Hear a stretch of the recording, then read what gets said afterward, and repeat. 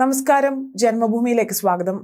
പാകിസ്ഥാൻ എന്ന ലക്ഷ്യത്തിൽ നിന്നും മാറി ചൈന കേന്ദ്രീകരിച്ച് ഇന്ത്യ ആണവശക്തി വർദ്ധിപ്പിക്കുന്നതായി അന്താരാഷ്ട്ര ഏജൻസി റിപ്പോർട്ട്.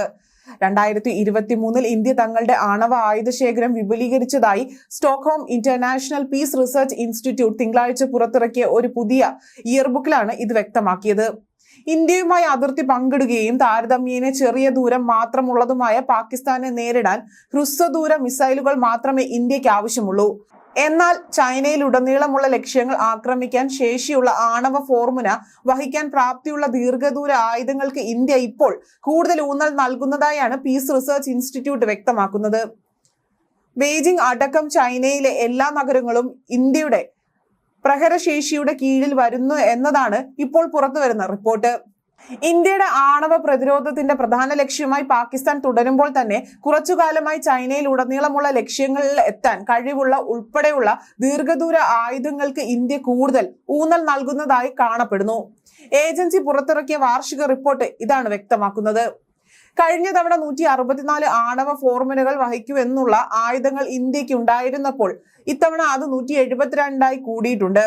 അതേസമയം ചൈനയും തങ്ങളുടെ ആണവായുധ ശേഖരം വർദ്ധിപ്പിച്ചു വരികയാണ് എന്നും ഏജൻസി റിപ്പോർട്ട് ചെയ്തിട്ടുണ്ട്.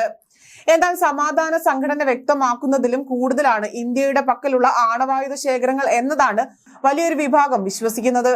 തങ്ങളുടെ പക്കലുള്ള ആണവ ശേഖരത്തെക്കുറിച്ച് ഒരിക്കലും ഇന്ത്യ പൂർണ്ണമായും തുറന്നു പറയില്ല എന്നതാണ് ഇതിനു കാരണം. കിഴക്കൻ ലഡാക്കിൽ ഇന്ത്യയും ചൈനയും തമ്മിൽ ഉണ്ടാക്കുന്ന സൈനിക സംഘർഷം അതിന്റെ 5ാം വർഷത്തിലേക്ക് കടന്ന സമയത്താണ് റിപ്പോർട്ട് പുറത്തു വന്നതെന്നതും ശ്രദ്ധേയമായ കാര്യമാണ്.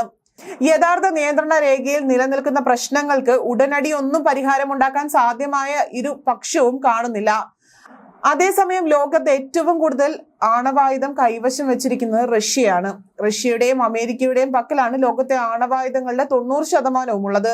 റഷ്യയുടെ കൈവശം 4380 ആണവായുധം ഉള്ളപ്പോൾ 3708 എണ്ണമാണ് അമേരിക്കയുടെ കൈവശമുള്ളത്.